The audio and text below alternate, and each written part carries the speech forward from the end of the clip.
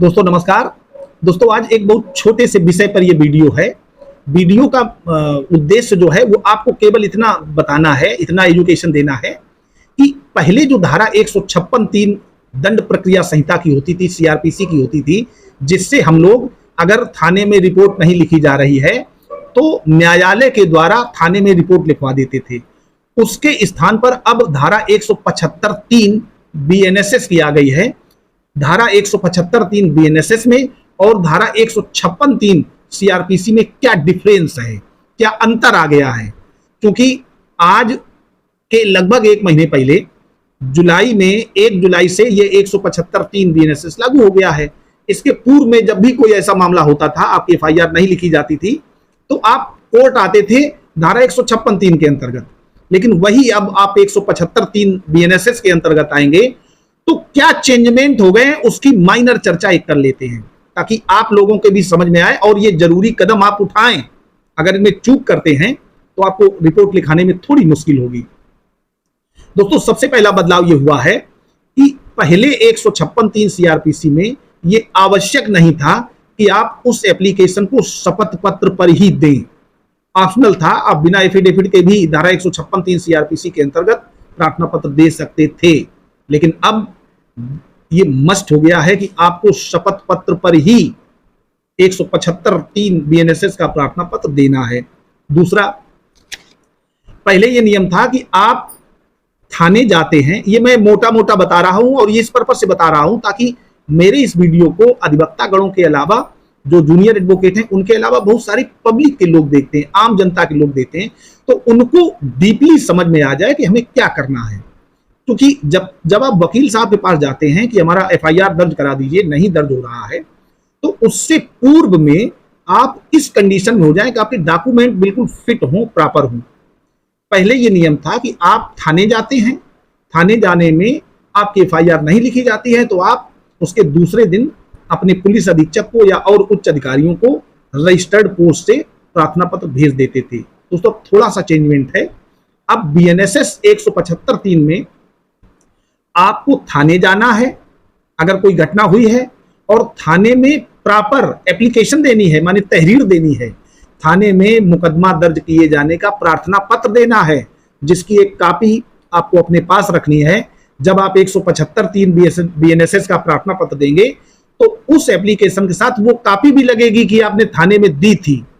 और थाने का जो भी भार साधक अधिकारी है, माने थाने में जो भी इंस्पेक्टर हैं, सब इंस्पेक्टर हैं, वो उसकी जांच करेंगे और उन जांच का समय 14 दिन का दिया हुआ है। माने उन 14 दिनों के भीतर आपको वेट करना है। जैसे आज आपने एप्लीकेशन दिया है, थाने में तहरीर दी है, तो ऐसा नहीं कि दूसरे दिन ही आप पुलिस अधीक्षक को चिट्ठी लिख दें। आप कम से कम 1 सप्ताह वेट करें, उनका तो 14 दिन का टाइम है। उस 1 सप्ताह बाद अगर आपकी एप्लीकेशन पर कोई कार्रवाई नहीं हो रही है, आपकी एफआईआर दर्ज नहीं हो रही है, तब आप उस 7 दिन से 14 दिन के अंदर उच्च अधिकारियों को, माने पुलिस अधीक्षक, सर्किल ऑफिसर या और एडीजी, डीजीपी, किसी को भी आप एक रजिस्टर्ड पोस्ट से अपनी वही कंप्लेंट उसमें चेंज करते हुए कि अब सेवा में फला फला पुलिस अधीक्षक या एडीजी या डीजीपी या सर्किल ऑफिसर जो भी हैं सीओ, उनको रजिस्टर्ड पोस्ट से भेज सकते हैं। तो उसकी भी एक कॉपी रखिए। इसके बाद भी आपकी एफआईआर नहीं लिखी जाती है, तब आप न्यायालय में 175(3) का प्रार्थना पत्र विथ एफिडेविट देंगे और उसमें क्या क्या बताएंगे उसको और डीपली समझ लेते हैं। 2 मिनट का और वीडियो है। सबसे पहले 14 दिन का समय जो पुलिस को मिला है उसके बारे में भी आप क्लेरिफिकेशन कर दें कि फला डेट को मैं वहां गया था, संज्ञेय अपराध था, लेकिन 14 दिनों की जांच में इन्होंने हमारी रिपोर्ट नहीं लिखी। दूसरा, आपका थाने जाना बहुत जरूरी है। आप अपनी एप्लीकेशन में लिखेंगे कि मैं फला डेट में थाने गया था और ये प्रार्थना पत्र दिया था। उस प्रार्थना पत्र की एक फोटो कॉपी या कार्बन कॉपी या जो भी कॉपी आपको उपलब्ध हो उसमें लगाएंगे।